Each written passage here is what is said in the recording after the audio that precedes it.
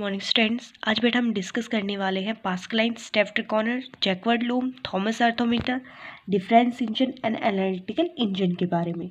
इन सब में जो आपका मेन इंपॉर्टेंट है वो है difference engine and analytical engine. Reason क्या है? क्योंकि इसे किसने डेवलप किया था? चार्ल्स बेबेज ने डेवलप किया था। चार्ल्स बेबेज को हम फादर ऑफ कंप्यूटर मानते हैं, तो इसलिए उनके इन्वेंशंस भी बहुत इंपॉर्टेंट है हमारे लिए। फर्स्ट है Pascaline.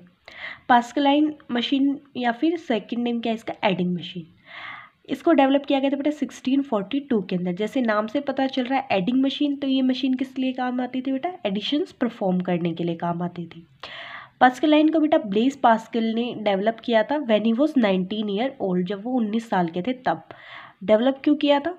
For helping his father, अपने फादर की हेल्प करने के लिए। उनके फादर एक टैक्स कलेक्टर थे, तो उनकी कैलकुलेशन करने में हेल्प करने के लिए उन्होंने किसको डेवलप किया था? पास्कलाइन मशीन को डेवलप किया था। ठीक है, बट ये ज़्यादा सक्सेसफुल नहीं हो पाई। रीज़न क्या था? क्योंकि जैसे ही कॉम्प्लेक्स कैलकुलेशन आती थी या फिर ज़्यादा बड़ी कैलकुलेशंस आती थी, तो ये अनएक्यूरेट रिजल्ट प्रोवाइड करता था, गलत आंसर प्रोवाइड कर देता था। ठीक है, तो ज़्यादा ये एक्यूरेट ना होने की वजह से ज़्यादा सक्सेसफुल नहीं हो पाया। सेकेंड है स्टेप्ड रेकॉनर।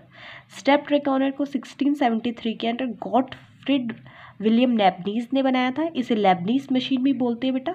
ये किस लिए यूज़ की गई थी? ये चारों फंक्शंस बहुत अच्छे से परफॉर्म करती थी। 4 फंक्शंस कौन कौन से? Addition, subtraction, multiplication and division. ठीक है, इसमें आपको सिर्फ पढ़ना इतना ही है, इतनी नॉलेज काफ़ी है आपके लिए। नेक्स्ट है जैकवर्ड लूम।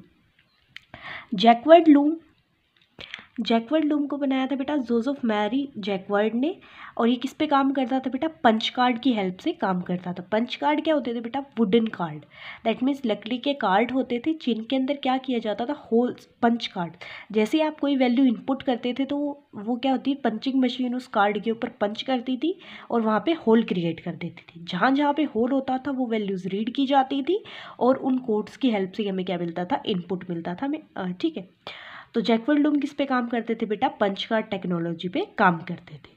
उसके बाद आया थॉमस अर्थोमीटर। थॉमस अर्थोमीटर बेटा सबसे पहला the first successful mass production mechanical calculator was invented by Charles Xavier Thomas around 1820। पहला सक्सेसफुल, मतलब इसके अंदर बेटा माइनर चांसेस थे कि कोई मिस्टेक परफॉर्म होगी, तो दैट मीन सबसे सक्सेसफुल कैलकुलेटर अगर मानते हैं तो वो कौन सा है? थॉमस अर्थोमीटर, जिसे किसने बनाया था? चार्ल्स जेवियर थॉमस ने 1820 के अंदर। ये चारों ऑपरेशन परफॉर्म कर पाता था, addition, subtraction, multiplication and division. उसके बाद आता है आपका डिफरेंस इंजन, जैसे आपको यहाँ पे पिक्चर में दिखाया गया है। डिफरेंस इंजन को डेवलप किया था बेटा चार्ल्स बेबेज ने 1822 के अंदर। ये क्या थे? ब्रिटिश मैथमेटिशियन थे। ठीक है, चार्ल्स बेबेज को और हम क्या बोलते हैं? फादर ऑफ कंप्यूटर भी बोलते हैं। जो डिफरेंस इंजन था बेटा, ये किस टेक्नोलॉजी पे वर्क करता था? तो स्टीम्स टेक्नोलॉजी थी। स्टीम्स की हेल्प से, भाप की हेल्प से क्या करता था बेटा? वर्किंग करता था। और ये अपने अंदर, और ये बेटा क्या परफॉर्म कर सकता था? टेबल्स ऑफ नंबर्स जो टेबल्स होती हैं बेटा आपकी, वो इजीली परफॉर्म कर सकता था। किसकी हेल्प से? Logarithm tables. ठीक है, दैट मीन्स लॉग वैल्यूज़ का ये यूज़ करता था। और जो बेटा बिकॉज डिफरेंस इंजन में वो टेक्नोलॉजी बहुत फास्ट डेवलप कर रहा था, बहुत एक एडवांस्ड कंप्यूटर डेवलप करना चाह रहा था, तो ये काफ़ी ज़्यादा क्या था बेटा? एक्सपेंसिव था। तो उसने गवर्नमेंट से हेल्प लिया, उसने फंड्स लिए, क्योंकि ये एक बहुत ही क्या था बेटा? बेनिफिशियल टेक्नोलॉजी डेवलप कर रहा था। ठीक है, तो ये काफ़ी ज़्यादा एक्सपेंसिव था डिफरेंस इंजन। नेक्स्ट है एनालिटिकल इंजन। एनालिटिकल इंजन के इन्वेंशन की वजह से ही हम फादर ऑफ कंप्यूटर किसे मानते हैं? चार्ल्स बेबेज को मानते हैं, क्योंकि उसने एक टर्म यूज़ की, programming.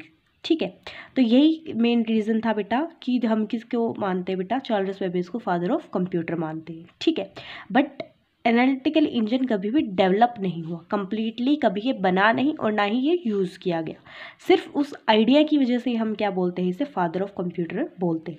The next machine he developed was the analytical engine. It was a device as large as house, approximately 30 metre long and 10 metre wide. इसने क्या बताया बेटा? एनालिटिकल इंजन क्या था? नेक्स्ट मशीन थी जो चार्ल्स बेबेज ने डेवलप की। साइज़ की अगर बात करें तो ये घर जितना साइज़ होता है हमारा उतना बड़ा था, 30 मीटर लंबा था एंड 10 मीटर चौड़ा था। It was powered by 6 steam engine, was more general purpose in nature because it could be programmable. इसके अंदर बेटा 6 स्टीम इंजन्स इसने लगाए।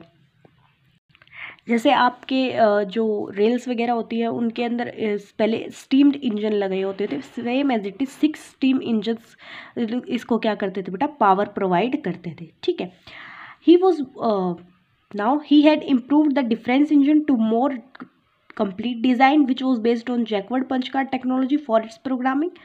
This used mechanical gears. The analytical engine formed on the basis for the modern computer. इसमें इसने क्या बोला है बेटा कि ये पंच कार्ड टेक्नोलॉजी का भी यूज़ करता था प्रोग्रामिंग के लिए। ठीक है, प्रोग्रामिंग करने के लिए इसने किसका यूज़ किया, पंच कार्ड टेक्नोलॉजी का यूज़ किया। इसे क्या माना जाता है बेटा, मॉडर्न, ठीक है, मॉडर्न कंप्यूटर्स का क्या माना जाता है, बेस माना जाता है।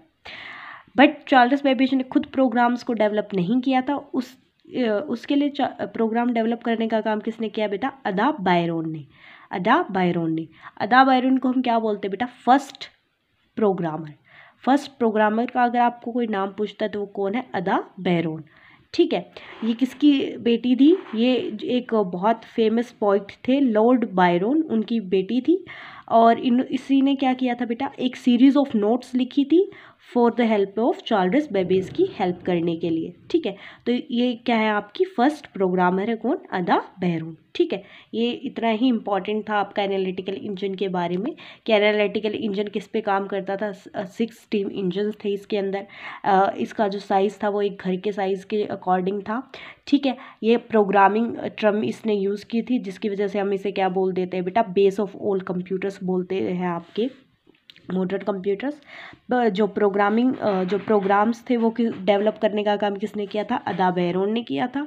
ठीक है, ये कंप्यूटर कभी भी डेवलप नहीं हो पाया। ठीक है, तो रीज़न, वैसे मेन रीज़न क्या था डेवलप ना होने का, क्योंकि बेटा बहुत ज़्यादा एक्सपेंसिव था, बहुत पैसा लग रहा था इसके अंदर, तो वो फंड रेज नहीं कर पाया था, वो पैसे अरेंज नहीं कर पाया था, तो इसलिए कभी भी कंप्लीट नहीं हो पाया।